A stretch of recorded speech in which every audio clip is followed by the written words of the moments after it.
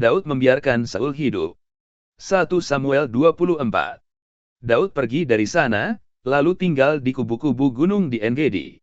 Ketika Saul pulang sesudah memburu orang Filistin itu, diberitahukanlah kepadanya, demikian, ketahuilah, Daud ada di padang gurun En-Gedi. Kemudian Saul mengambil 3.000 orang yang terpilih dari seluruh orang Israel, lalu pergi mencari Daud dan orang-orangnya di gunung batu kambing hutan. Ia sampai ke kandang-kandang domba di tepi jalan. Di sana ada gua dan Saul masuk ke dalamnya untuk membuang hajat, tetapi Daud dan orang-orangnya duduk di bagian belakang gua itu.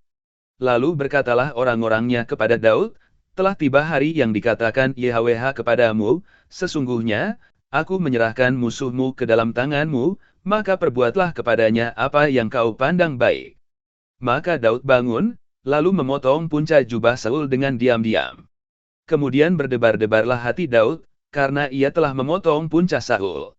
Lalu berkatalah ia kepada orang-orangnya, dijauhkan YHWH lah kiranya daripadaku untuk melakukan hal yang demikian kepada tuanku, kepada orang yang diurapi YHWH, yakni menjamah dia, sebab dialah orang yang diurapi YHWH. Dan Daud mencegah orang-orangnya dengan perkataan itu, ia tidak mengizinkan mereka bangkit menyerang Saul.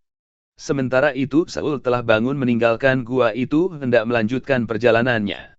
Kemudian bangunlah Daud, ia keluar dari dalam gua itu dan berseru kepada Saul dari belakang, katanya, Tuanku Raja.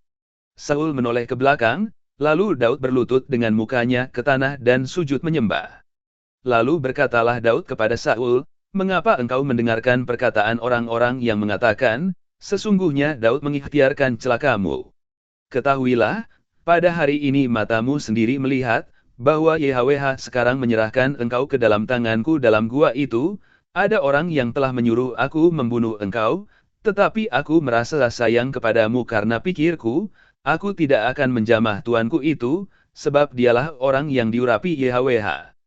Lihatlah dahulu, ayahku, lihatlah kiranya punca jubahmu dalam tanganku ini.